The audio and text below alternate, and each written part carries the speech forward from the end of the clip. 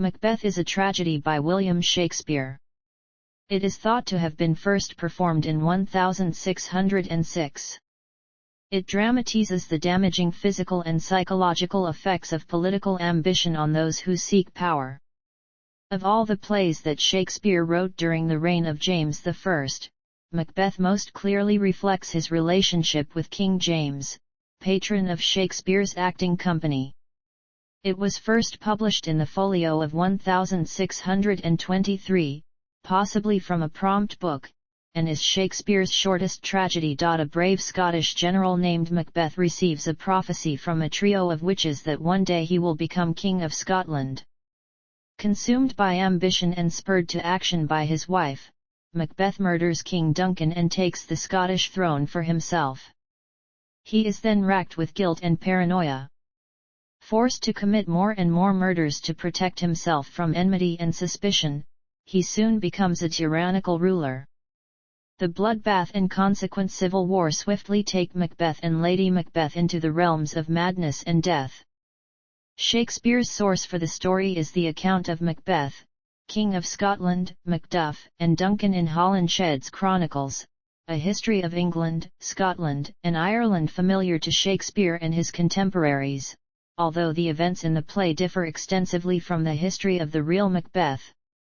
The events of the tragedy are usually associated with the execution of Henry Garnet for complicity in the Gunpowder Plot of 1605. In the backstage world of theatre, some believe that the play is cursed, and will not mention its title aloud, referring to it instead as the Scottish play. The play has attracted some of the most renowned actors to the roles of Macbeth and Lady Macbeth, and has been adapted to film, television, opera, novels, comics, and other media.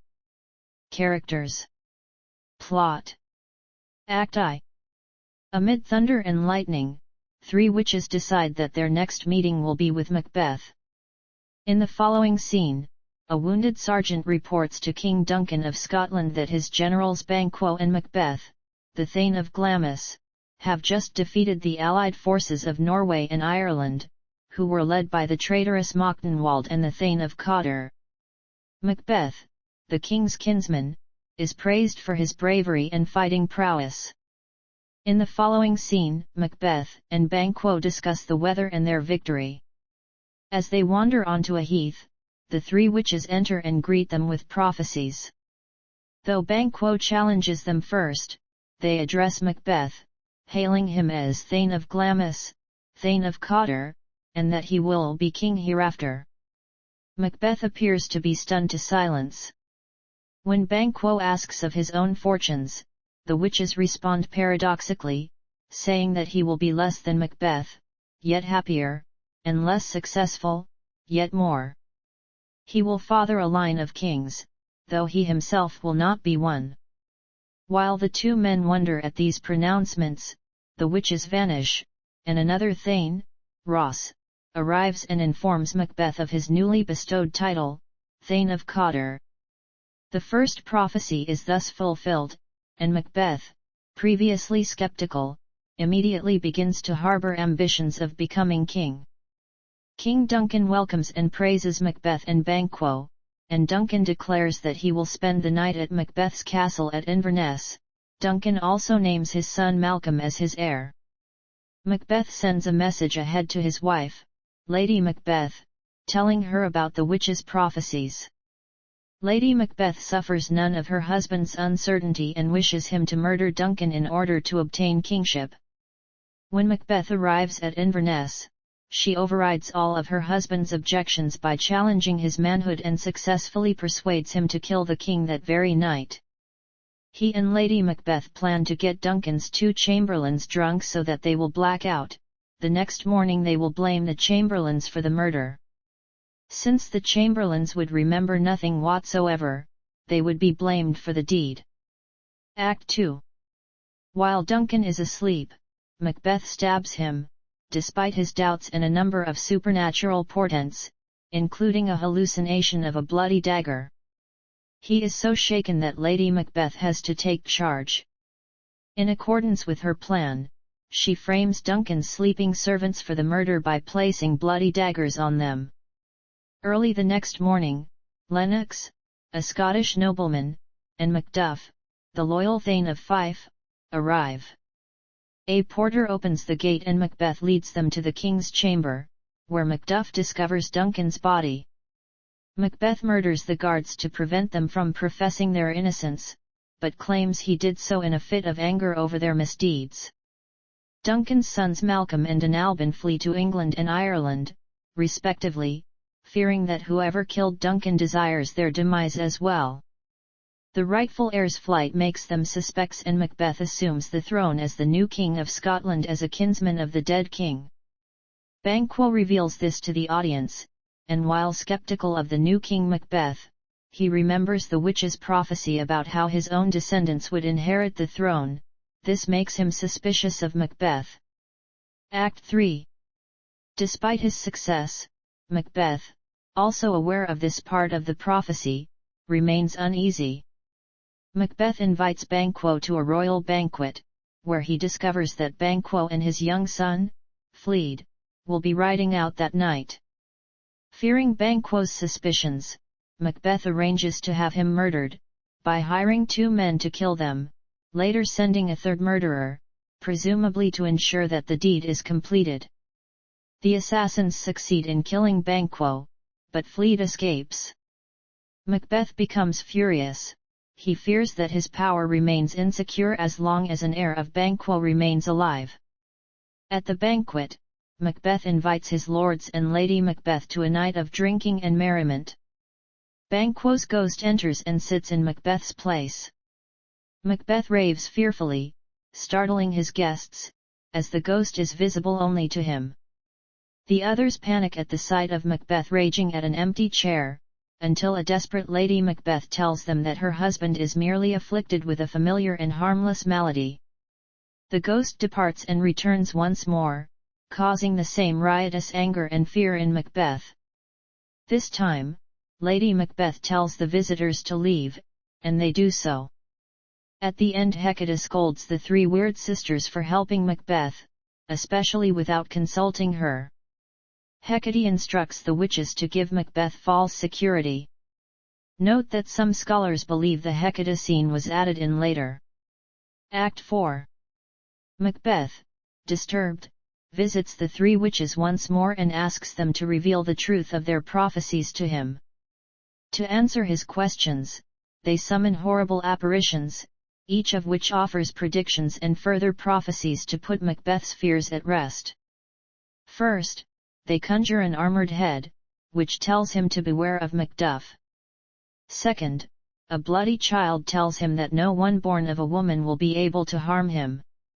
Thirdly, a crowned child holding a tree states that Macbeth will be safe until Great Burnham Wood comes to Dunsinane Hill.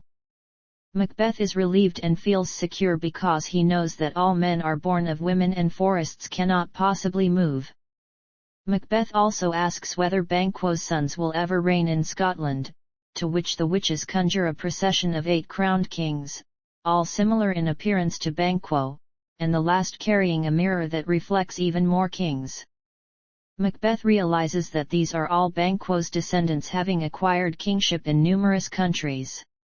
After the witches perform a mad dance and leave, Lennox enters and tells Macbeth that Macduff has fled to England. Macbeth orders Macduff's castle be seized, and, most cruelly, sends murderers to slaughter Macduff, as well as Macduff's wife and children. Although Macduff is no longer in the castle, everyone in Macduff's castle is put to death, including Lady Macduff and their young son. Act V.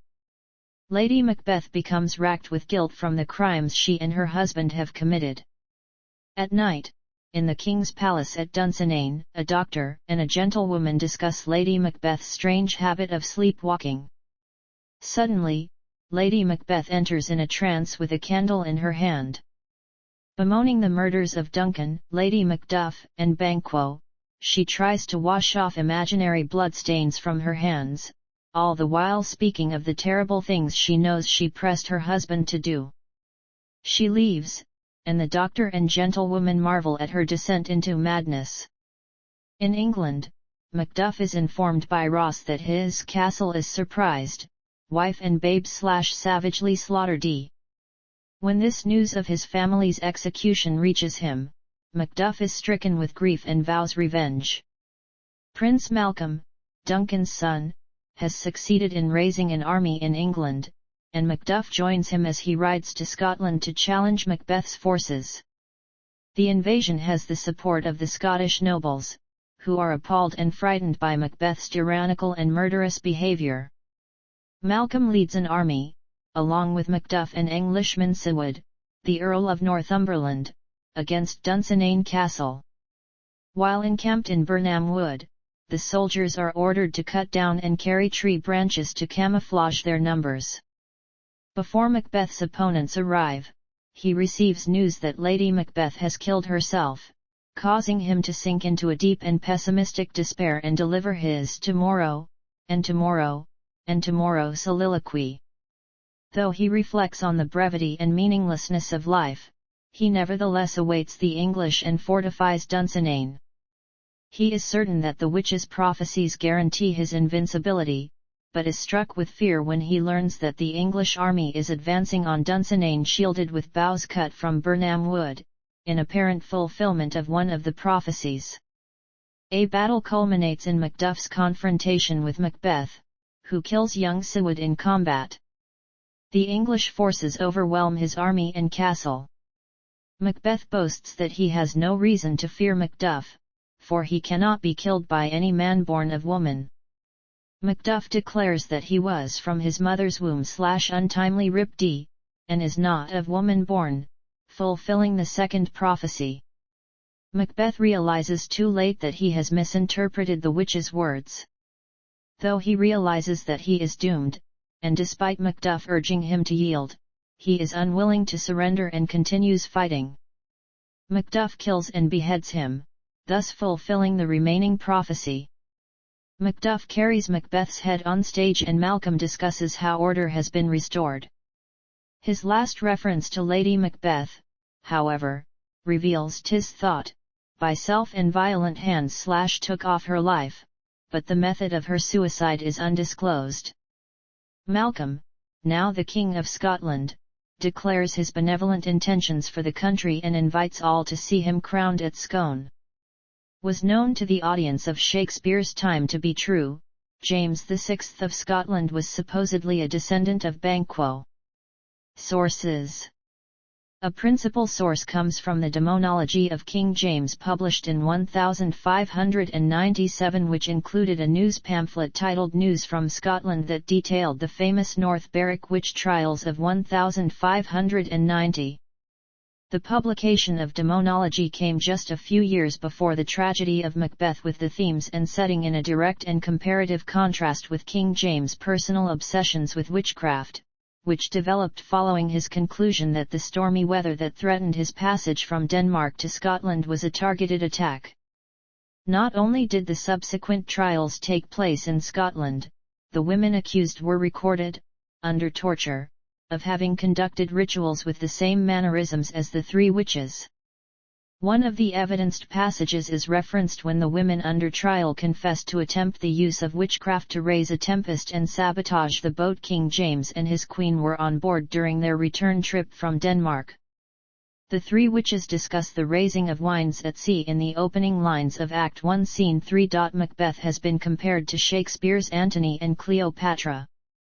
As characters, both Antony and Macbeth seek a new world, even at the cost of the old one.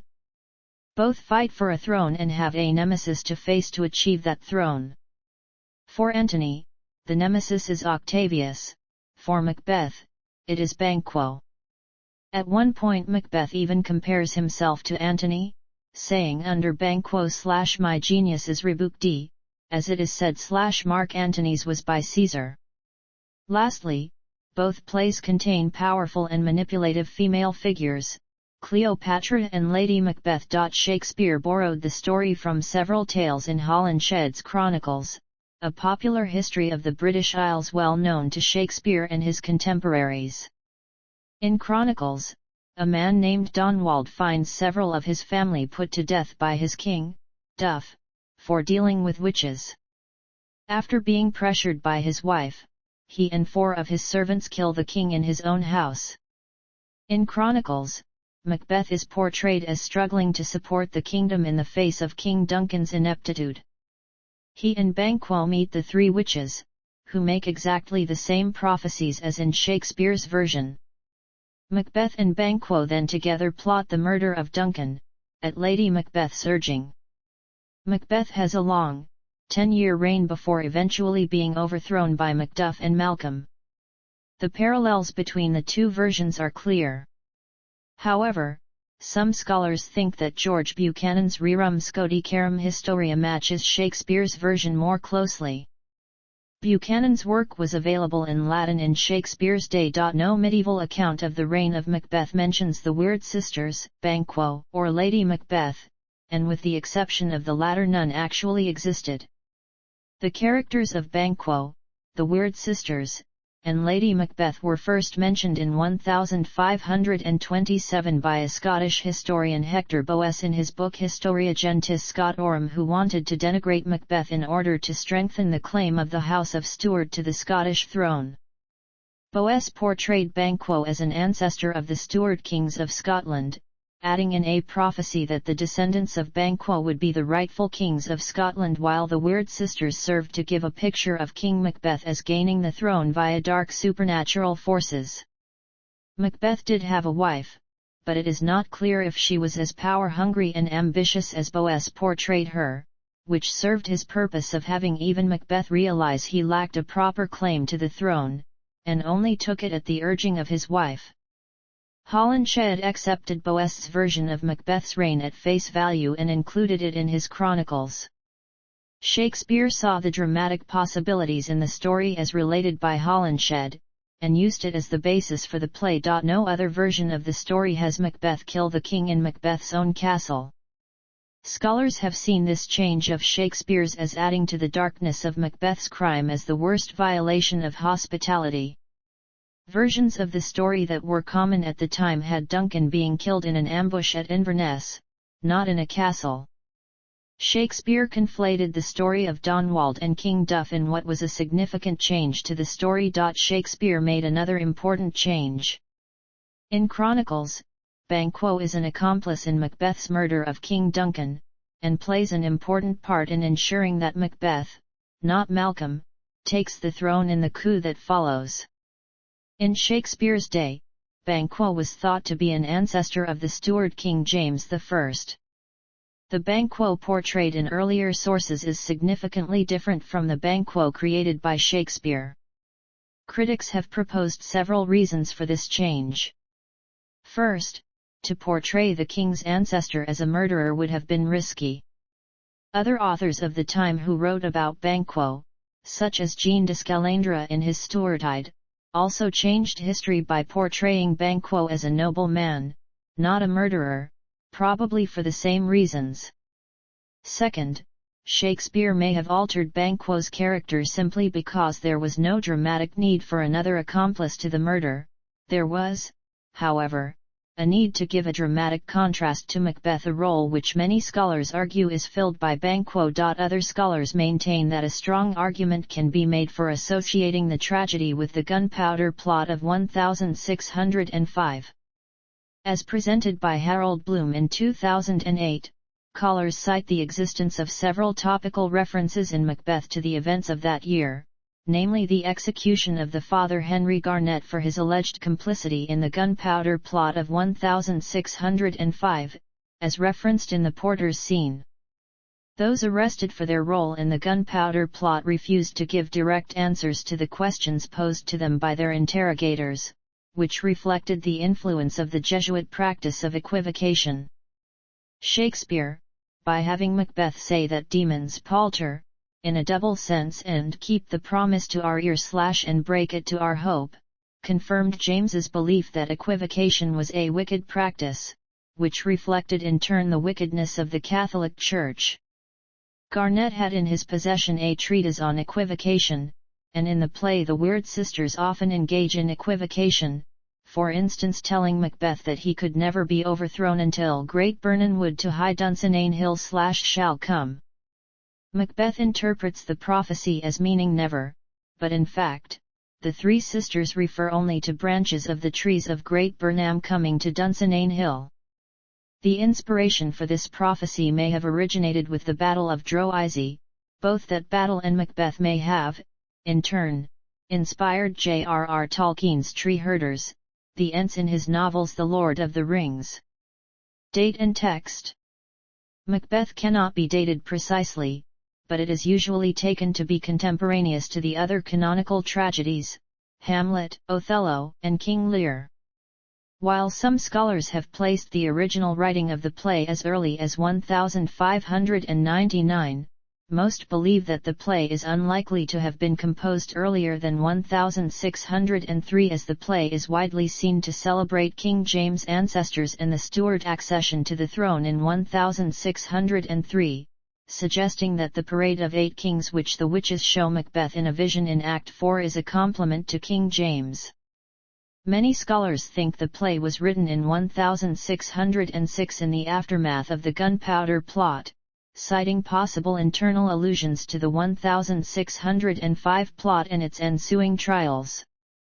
In fact, there are a great number of allusions and possible pieces of evidence alluding to the plot, and, for this reason, a great many critics agree that Macbeth was written in the year 1606.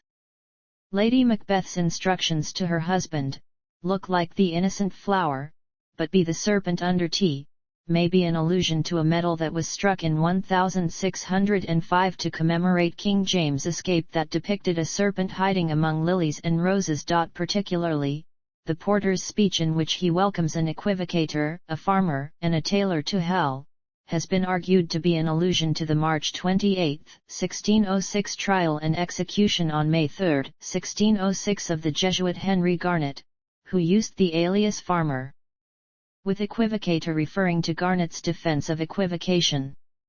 The porter says that the equivocator committed treason enough for God's sake, which specifically connects equivocation and treason and ties it to the Jesuit belief that equivocation was only lawful when used for God's sake, strengthening the allusion to Garnet. The porter goes on to say that the equivocator yet could not equivocate to heaven, echoing grim jokes that were current on the eve of Garnet's execution, i.e. that Garnet would be hanged without equivocation, and at his execution he was asked not to equivocate with his last breath. The English tailor the porter admits to hell, has been seen as an allusion to Hugh Griffin, a tailor who was questioned by the Archbishop of Canterbury on November 27 and December 3, 1607 for the part he played in Garnet's Miraculous Straw, an infamous head of straw that was stained with Garnet's blood that had congealed into a form resembling Garnet's portrait, which was hailed by Catholics as a miracle. The tailor Griffin became notorious and the subject of verses published with his portrait on the title page. When James became King of England, a feeling of uncertainty settled over the nation. James was a Scottish king and the son of Mary, Queen of Scots, a staunch Catholic and English trader. In the words of critic Robert Crawford, Macbeth was a play for a post-Elizabethan England facing up to what it might mean to have a Scottish king. England seems comparatively benign, while its northern neighbour is mired in a bloody, monarch-killing past. Macbeth may have been set in medieval Scotland, but it was filled with material of interest to England and England's ruler. Critics argue that the content of the play is clearly a message to James, the new Scottish King of England. Likewise, the critic Andrew Hadfield noted the contrast the play draws between the saintly King Edward the Confessor of England, who has the power of the royal touch to cure scrofula and whose realm is portrayed as peaceful and prosperous, versus the bloody chaos of Scotland. James in his 1598 book The True Law of Free Monarchies had asserted that kings are always right, if not just, and his subjects owe him total loyalty at all times, writing that even if a king is a tyrant, his subjects must never rebel and just endure his tyranny for their own good. James had argued that the tyranny was preferable to the problems caused by rebellion, which were even worse. Shakespeare, by contrast, in Macbeth argued for the right of the subjects to overthrow a tyrant king, in what appeared to be an implied criticism of James's theories if applied to England.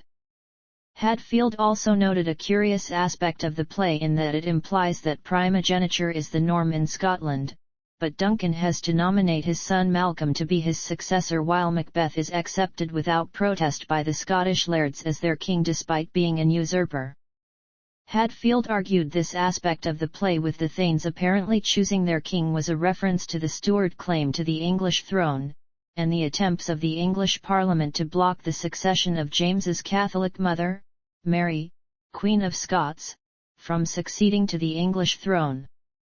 Hadfield argued that Shakespeare implied that James was indeed the rightful king of England, but owed his throne not to divine favour as James would have it, but rather due to the willingness of the English Parliament to accept the Protestant son of the Catholic Mary, Queen of Scots, as their king. Gary Wills provides further evidence that Macbeth is a gunpowder play. He points out that every gunpowder play contains a necromancy scene, regicide attempted or completed, references to equivocation, scenes that test loyalty by use of deceptive language, and a character who sees through plots along with a vocabulary similar to the plot in its immediate aftermath and an ironic recoil of the plot upon the plotters. The play utilizes a few keywords that the audience at the time would recognize as allusions to the plot. In one sermon in 1605, Lancelot Andrewes stated, regarding the failure of the plotters on God's day, "Be they fair or foul, glad or sad, the great dies Peter, the Father of days hath made them both." Shakespeare begins the play by using the words fair and foul in the first speeches of the witches in Macbeth. In the words of Jonathan Gill Harris, the play expresses the horror unleashed by a supposedly loyal subject who seeks to kill a king and the treasonous role of equivocation. The play even echoes certain keywords from the scandal The Vault Beneath the House of Parliament, in which Guy Fawkes stored 30 kegs of gunpowder, and the blow about which one of the conspirators had secretly warned a relative who planned to attend the House of Parliament on November 5. Even though the plot is never alluded to directly, its presence is everywhere in the play, like a pervasive odor. Scholars also cite an entertainment scene by King James at Oxford in the summer of 1605 that featured 3 sibyls like the Weird Sisters. Kermode surmises that Shakespeare could have heard about this and alluded to it with the Weird Sisters. However, A.R. Braunmuller in the New Cambridge edition finds the 1605-06 arguments inconclusive, and argues only for an earliest date of 1603.1 suggested allusion supporting a date in late 1606 is the first witch's dialogue about a sailor's wife, Arointhe, which, the rump-fed Ronyan cries / her husband's to Aleppo gone, master o' the Tiger. This has been thought to allude to the Tiger, a ship that returned to England June 27, 1606 after a disastrous voyage in which many of the crew were killed by pirates. A few lines later the witch speaks of the sailor, "He shall live a man forbid / weary se nights 9 times 9. The real ship was at sea 567 days, the product of 7x9x9, which has been taken as a confirmation of the allusion, which if correct, confirms that the witch scenes were either written or amended later than July 1606. The play is not considered to have been written any later than 1607, since, as Kermode notes, there are fairly clear allusions to the play in 1607. One notable reference is in Francis Beaumont's Night of the Burning Pestle, first performed in 1607. The following lines are, according to scholars, a clear allusion to the scene in which Banquo's ghost haunts Macbeth at the dinner table. Macbeth was first printed in the first folio of 1623 and the folio is the only source for the text. Some scholars contend that the folio text was abridged and rearranged from an earlier manuscript or prompt book. Often cited as interpolation are stage cues for 2 songs, whose lyrics are not included in the folio but are included in Thomas Middleton's play The Witch, which was written between the accepted date for Macbeth and the printing of the folio. Many scholars believe these songs were editorially inserted into the folio, though whether they were Middleton's songs or pre-existing songs is not certain. It is also widely believed that the character of Hecate, as well as some lines of the first which were not part of Shakespeare's original play but were added by the folio editors and possibly written by Middleton, though there is no completely objective proof of such interpolation. Themes and motifs. Macbeth is an anomaly among Shakespeare's tragedies in certain critical ways.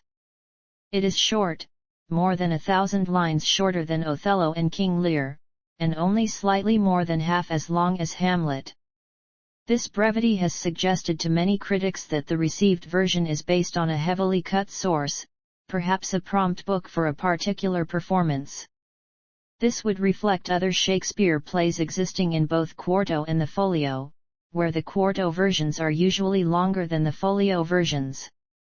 Macbeth was first printed in the first folio, but has no quarto version. If there were a quarto, it would probably be longer than the folio version.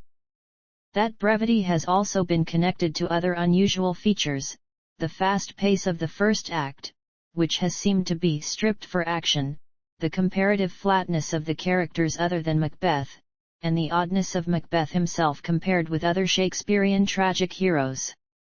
A.C. Bradley, in considering this question, concluded the play always was an extremely short one, noting the witch scenes and battle scenes would have taken up some time in performance, remarking, "I do not think that, in reading, we feel Macbeth to be short. Certainly we are astonished when we hear it is about half as long as Hamlet." Perhaps in the Shakespearean theatre too it seemed to occupy a longer time than the clock recorded. As a tragedy of character. At least since the days of Alexander Pope and Samuel Johnson, analysis of the play has centered on the question of Macbeth's ambition, commonly seen as so dominant a trait that it defines the character.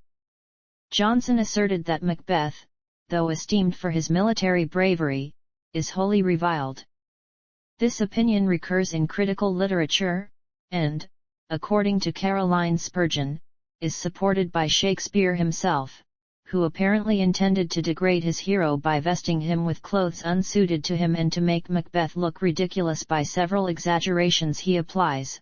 His garments seem either too big or too small for him, as his ambition is too big and his character too small for his new and unrightful role as king. When he feels as if dressed in borrowed robes, after his new title as Thane of Cawdor, prophesied by the witches, has been confirmed by Ross, Banquo comments, "New honors come upon him like our strange garments, cleave not to their mold but with the aid of use."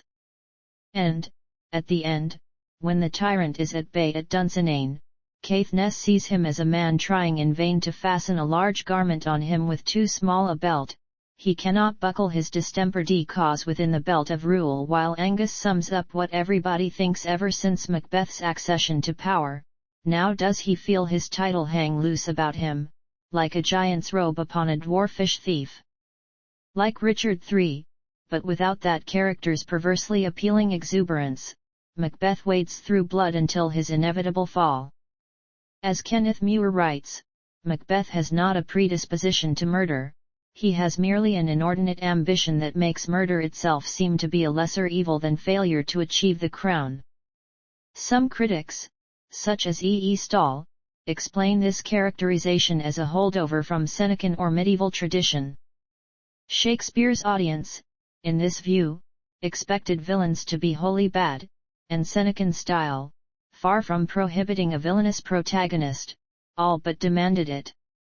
Yet for other critics, it has not been so easy to resolve the question of Macbeth's motivation. Robert Bridges, for instance, perceived a paradox. A character able to express such convincing horror before Duncan's murder would likely be incapable of committing the crime. For many critics, Macbeth's motivations in the first act appear vague and insufficient. John Dover Wilson hypothesized that Shakespeare's original text had an extra scene or scenes where husband and wife discussed their plans. This interpretation is not fully provable, however. The motivating role of ambition for Macbeth is universally recognized.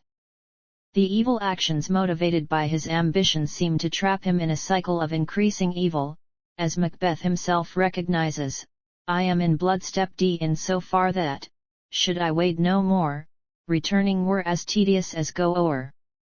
While working on Russian translations of Shakespeare's works, Boris Pasternak compared Macbeth to Raskolnikov, the protagonist of Crime and Punishment by Fyodor Dostoevsky. Pasternak argues that neither Macbeth or Raskolnikov is a born criminal or a villain by nature. They are turned into criminals by faulty rationalizations, by deductions from false premises. He goes on to argue that Lady Macbeth is feminine, one of those active, insistent wives who becomes her husband's executive, more resolute and consistent than he is himself. According to Pasternak, she is only helping Macbeth carry out his own wishes, to her own detriment. As a tragedy of moral order, the disastrous consequences of Macbeth's ambition are not limited to him. Almost from the moment of the murder, the play depicts Scotland as a land shaken by inversions of the natural order. Shakespeare may have intended a reference to the great chain of being, although the play's images of disorder are mostly not specific enough to support detailed intellectual readings.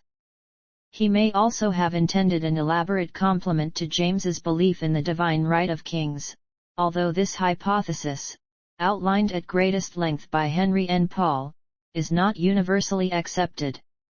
As in Julius Caesar, though, perturbations in the political sphere are echoed and even amplified by events in the material world. Among the most often depicted of the inversions of the natural order is sleep. Macbeth's announcement that he has murdered sleep is figuratively mirrored in Lady Macbeth's sleepwalking. Macbeth's generally accepted indebtedness to medieval tragedy is often seen as significant in the play's treatment of moral order. Glyn Wickham connects the play, through the Porter, to a mystery play on the harrowing of hell.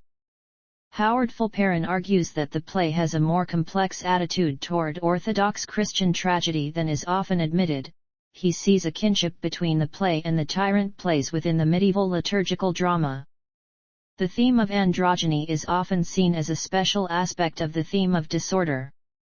Inversion of normative gender roles is most famously associated with the witches and with Lady Macbeth as she appears in the first act. Whatever Shakespeare's degree of sympathy with such inversions, the play ends with a thorough return to normative gender values. Some feminist psychoanalytic critics, such as Janet Adelman, have connected the play's treatment of gender roles to its larger theme of inverted natural order. In this light, Macbeth is punished for his violation of the moral order by being removed from the cycles of nature. Nature itself is part of the restoration of moral order. As a poetic tragedy, critics in the early 20th century reacted against what they saw as an excessive dependence on the study of character in criticism of the play. This dependence, though most closely associated with Andrew Cecil Bradley, is clear as early as the time of Mary Cowden Clarke, who offered precise, if fanciful, accounts of the pre-dramatic lives of Shakespeare's female leads. She suggested, for instance, that the child Lady Macbeth refers to in the first act died during a foolish military action. Witchcraft and evil. In the play, the three witches represent darkness, chaos, and conflict, while their role is as agents and witnesses.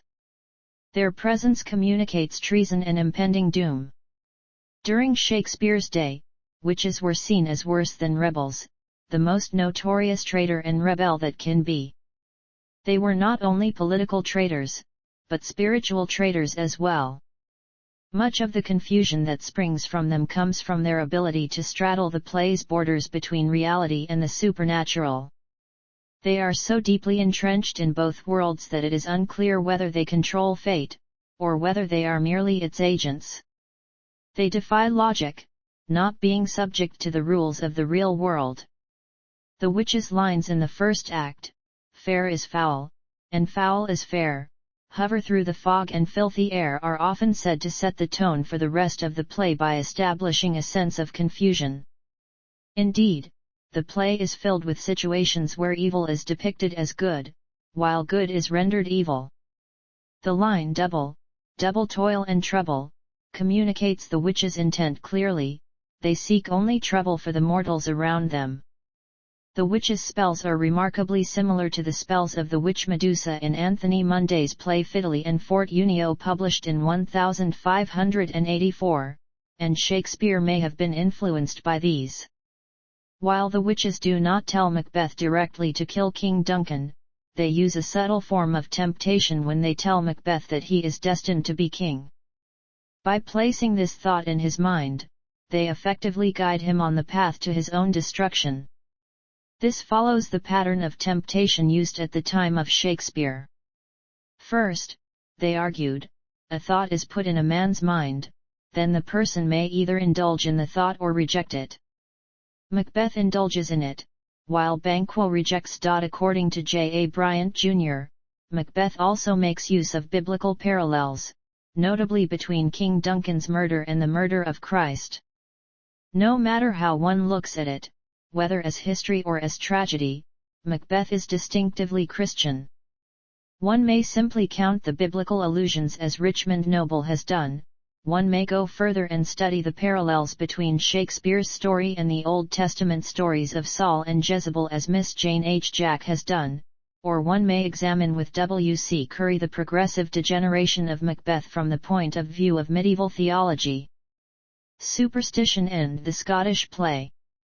While many today would say that any misfortune surrounding a production is mere coincidence, actors and others in the theatre industry often consider it bad luck to mention Macbeth by name while inside a theatre, and sometimes refer to it indirectly, for example as the Scottish play, or Macbeth, or when referring to the characters and not the play, Mr. and Mrs. M, or the Scottish King. This is because Shakespeare is said to have used the spells of real witches in his text, purportedly angering the witches and causing them to curse the play.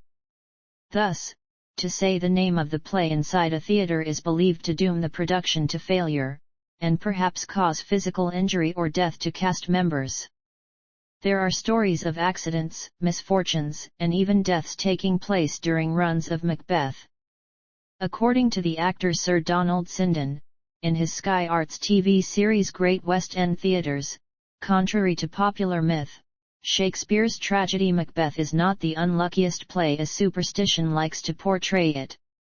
Exactly the opposite. The origin of the unfortunate moniker dates back to repertory theatre days when each town and village had at least one theatre to entertain the public. If a play was not doing well, it would invariably get pulled and replaced with a surefire audience pleaser. Macbeth guaranteed full houses. So when the weekly theatre newspaper, The Stage, was published, listing what was on in each theatre in the country, it was instantly noticed what shows had not worked the previous week, as they had been replaced by a definite crowd pleaser. More actors have died during performances of Hamlet than in the Scottish play, as the profession still calls it. It is forbidden to quote from it backstage, as this could cause the current play to collapse and have to be replaced, causing possible unemployment. Several methods exist to dispel the curse, depending on the actor. 1. Attributed to Michael York, is to immediately leave the building the stage is in with the person who uttered the name, walk around it 3 times, spit over their left shoulders, say an obscenity, then wait to be invited back into the building. A related practice is to spin around 3 times as fast as possible on the spot, sometimes accompanied by spitting over their shoulder, and uttering an obscenity. Another popular ritual is to leave the room, knock 3 times, be invited in, and then quote a line from Hamlet. Yet another is to recite lines from The Merchant of Venice, thought to be a lucky play. Sir Patrick Stewart, on the radio program Ask Me Another, asserted if you have played the role of the Scottish Thane, then you are allowed to say the title, anytime anywhere. Performance history. Shakespeare's Day to the Interregnum. The only eyewitness account of Macbeth in Shakespeare's lifetime was recorded by Simon Forman, who saw a performance at the Globe on April 20, 1610. Scholars have noted discrepancies between Forman's account and the play as it appears in the folio. For example, he makes no mention of the apparition scene, or of Hecate, of the man not of woman born, or of Birnam Wood. However, Clarke observes that Forman's accounts were often inaccurate and incomplete, and his interest did not seem to be in giving full accounts of the productions. As mentioned above, the folio text is thought by some to be an alteration of the original play. This has led to the theory that the play as we know it from the folio was an adaptation for indoor performance at the Blackfriars Theatre, and even speculation that it represents a specific performance before King James. The play contains more musical cues than any other play in the canon, as well as a significant use of sound effects. Restoration and 18th century. All theatres were closed down by the Puritan government on September 6, 1642. Upon the restoration of the monarchy in 1660, 2 patent companies were established, and the existing theatrical repertoire divided between them. Sir William Davenant, founder of the Duke's Company, adapted Shakespeare's play to the tastes of the new era, and his version would dominate on stage for around 80 years. Among the changes he made were the expansion of the role of the witches, introducing new songs, dances, and flying, and the expansion of the role of Lady Macduff as a foil to Lady Macbeth. There were, however, performances outside the patent companies. Among the evasions of the Duke's Company's monopoly was a puppet version of Macbeth. Macbeth was a favourite of the 17th-century diarist Samuel Pepys, who saw the play on November 5, 1664, December 28, 1666, 10 days later on January 7, 1667, on April 19, 1667, again on October 16, 1667, and again 3 weeks later on November 6, 1667, yet again on August 12, 1668, and finally on December 21, 1668, on which date the king and court were also present in the audience. The first professional performances of Macbeth in North America were probably those of the Hallam Company. In 1744, David Garrick revived the play, abandoning Davenant's version and instead advertising it as written by Shakespeare. In fact, this claim was largely false. He retained much of Davenant's more popular business for the witches, and himself wrote a lengthy death speech for Macbeth. And he cut more than 10% of Shakespeare's play, including the drunken porter, the murder of Lady Macduff's son, and Malcolm's testing of Macduff. Hannah Pritchard was his greatest stage partner, having her premiere as his Lady Macbeth in 1747. He would later drop the play from his repertoire upon her retirement from the stage. Mrs. Pritchard was the first actress to achieve acclaim in the role of Lady Macbeth, at least partly due to the removal of Davenant's material, which made irrelevant moral contrasts with Lady Macduff. Garrick's portrayal focused on the inner life of the character, endowing him with an innocence vacillating between good and evil, and betrayed by outside influences. He portrayed a man capable of observing himself, as if a part of him remained untouched by what he had done, the play molding him into a man of sensibility, rather than him descending into a tyrant. John Philip Kemble first played Macbeth in 1778. Although usually regarded as the antithesis of Garrick, Kemble nevertheless refined aspects of Garrick's portrayal into his own. However, it was the towering and majestic Sarah Siddons who became a legend in the role of Lady Macbeth. In contrast to Hannah Pritchard's savage, demonic portrayal, Siddons' Lady Macbeth, while terrifying, was nevertheless in the scenes in which she expresses her regret and remorse tenderly human. And in portraying her actions as done out of love for her husband, Siddons deflected from him some of the moral responsibility for the play's carnage. Audiences seem to have found the sleepwalking scene particularly mesmerizing. Hazlitt said of it that all her gestures were involuntary and mechanical. She glided on and off the stage almost like an apparition. In 1794, Kemble dispensed with the ghost of Banquo altogether, allowing the audience to see Macbeth's reaction as his wife and guests see it, and relying upon the fact that the play was so well known that his audience would already be aware that a ghost enters at that point. Ferdinand Fleck, notable as the first German actor to present Shakespeare's tragic roles in their fullness, played Macbeth at the Berlin National Theatre from 1787. Unlike his English counterparts, he portrayed the character as achieving his stature after the murder of Duncan, growing in presence and confidence, thereby enabling stark contrasts, such as in the banquet scene, which he ended babbling like a child. 19th century. Performances outside the patent theatres were instrumental in bringing the monopoly to an end. Robert Elliston, for example, produced a popular adaptation of Macbeth in 1809 at the Royal Circus, described in its publicity as this matchless piece of pantomimic and choral performance, which circumvented the illegality of speaking Shakespeare's words through mimed action, singing, and doggerel verse written by J.C. Cross. In 1809, in an unsuccessful attempt to take Covent Garden upmarket, Kemble installed private boxes, increasing admission prices to pay for the improvements. The inaugural run at the newly renovated theatre was Macbeth, which was disrupted for over 2 months with cries of old prices, and no private boxes, until Kemble capitulated to the protesters' demands. Edmund Kean at Drury Lane gave a psychological portrayal of the central character, with a common touch, but was ultimately unsuccessful in the role. However, he did pave the way for the most acclaimed performance of the 19th century, that of William Charles Macready. Macready played the role over a 30-year period, firstly at Covent Garden in 1820 and finally in his retirement performance.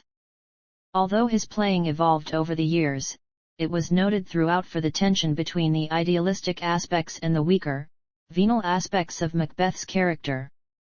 His staging was full of spectacle, including several elaborate royal processions. In 1843 the Theatres Regulation Act finally brought the patent company's monopoly to an end.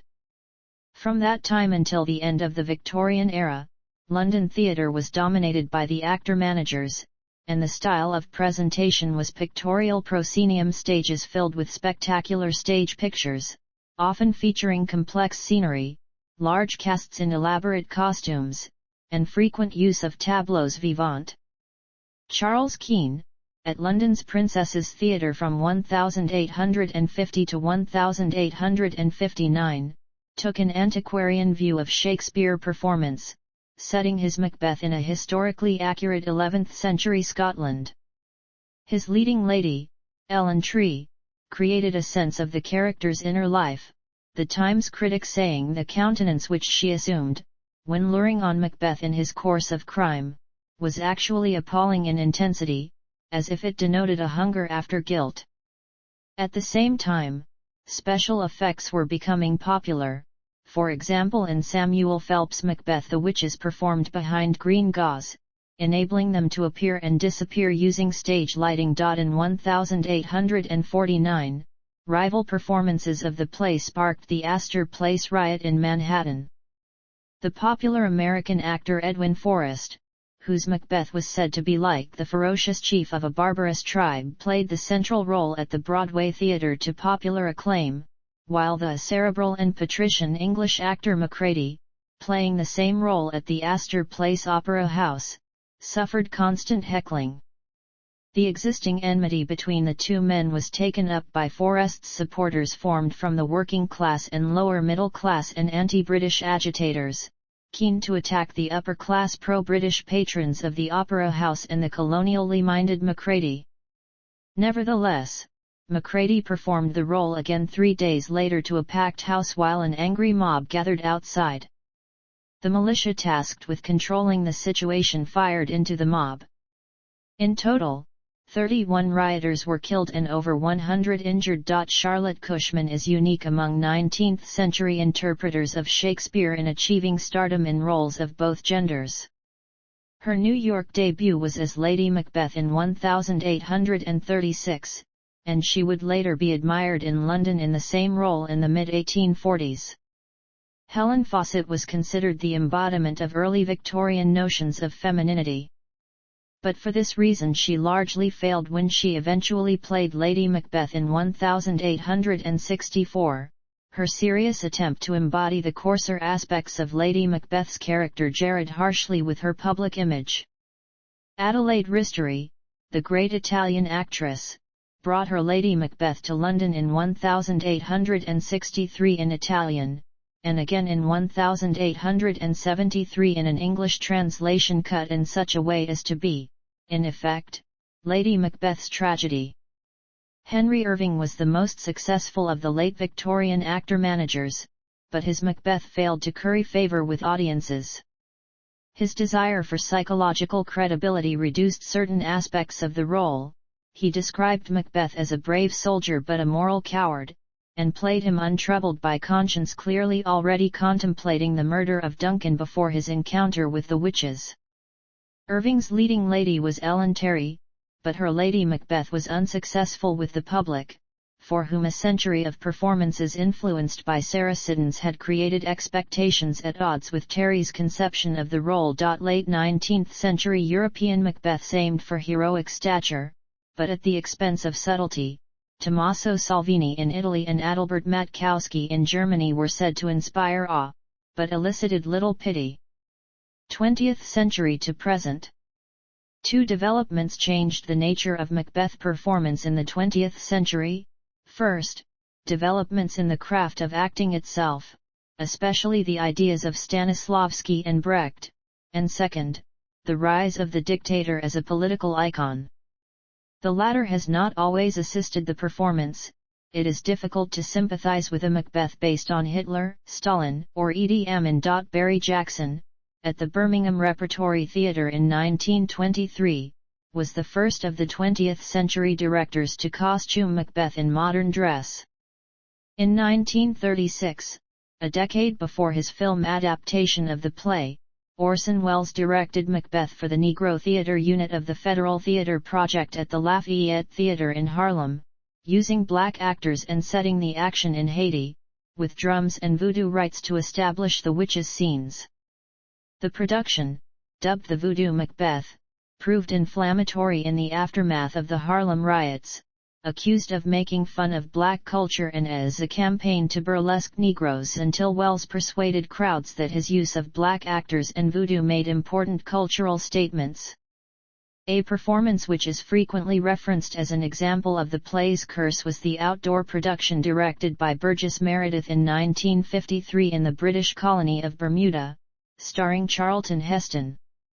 Using the imposing spectacle of Fort St. Catherine as a key element of the set, the production was plagued by a host of mishaps, including Charlton Heston being burned when his tights caught fire. The critical consensus is that there have been three great Macbeths on the English-speaking stage in the 20th century, all of them commencing at Stratford-upon-Avon: Laurence Olivier in 1955, Ian McKellen in 1976 and Anthony Sher in 1999.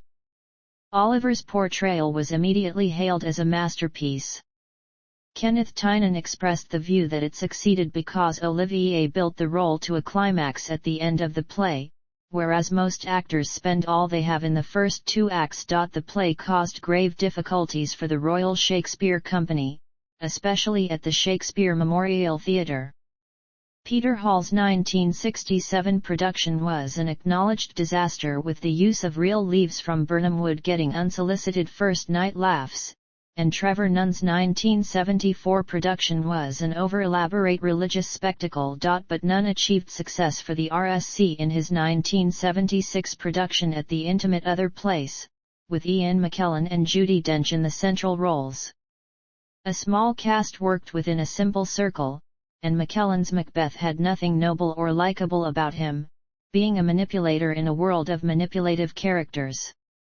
They were a young couple, physically passionate, not monsters but recognizable human beings, but their relationship atrophied as the action progressed. The RSC again achieved critical success in Gregory Durand's 1999 production at the Swan, with Anthony Sher and Harriet Walter in the central roles, once again demonstrating the suitability of the play for smaller venues. Durand's witches spoke their lines to a theatre in absolute darkness, and the opening visual image was the entrance of Macbeth and Banquo in the berets and fatigues of modern warfare, carried on the shoulders of triumphant troops. In contrast to none, Doran presented a world in which King Duncan and his soldiers were ultimately benign and honest, heightening the deviance of Macbeth and Lady Macbeth in plotting to kill the king. The play said little about politics, instead powerfully presenting its central character's psychological collapse. Macbeth returned to the RSC in 2018, when Christopher Eccleston played the title role, with Niamite Cusack as his wife, Lady Macbeth. The play later transferred to the Barbican in London.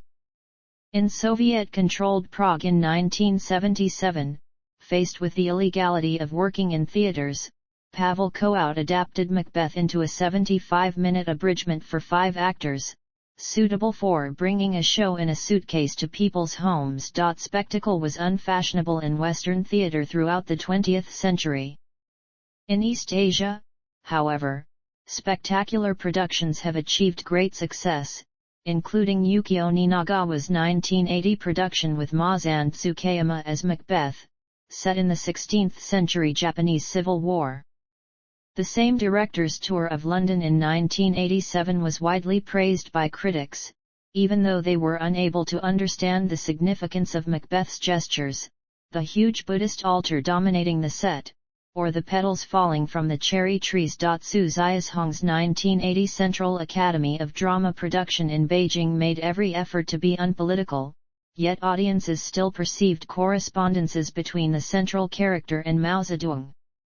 Shakespeare has often been adapted to indigenous theatre traditions, for example the Kunju Macbeth of Huang Ziulan performed at the inaugural Chinese Shakespeare Festival of 1986. Similarly, B.V. Karantha's Barnum Vanna of 1979 had adapted Macbeth to the Yakshagana tradition of Karnataka, India. In 1997, Lokendra Arambam created Stage of Blood, merging a range of martial arts, dance, and gymnastic styles from Manipur, performed in Impel and in England. The stage was literally a raft on a lake. Throne of Blood is a 1957 Japanese samurai film written and directed by Akira Kurosawa. The film transposes Macbeth from medieval Scotland to feudal Japan, with stylistic elements drawn from no drama. Kurosawa was a fan of the play and planned his own adaptation for several years, postponing it after learning of Orson Welles' Macbeth. The film won 2 Mainichi Film Awards. The play has been translated and performed in various languages in different parts of the world, and Media Artists was the first to stage its Punjabi adaptation in India. The adaptation by Balram and the play directed by Samuel John have been universally acknowledged as a milestone in Punjabi theatre. The unique attempt involved trained theatre experts and the actors taken from a rural background in Punjab. Punjabi folk music imbued the play with the native ethos as the Scottish setting of Shakespeare's play was transposed into a Punjabi milieu. In 2021, Saoirse Ronan starred in the tragedy of Macbeth at the Almeida Theatre in London. The following year a revival production opened on Broadway with Daniel Craig and Ruth Negga to middling reviews. See also: Cultural references to Macbeth. Notes and references. Notes. References.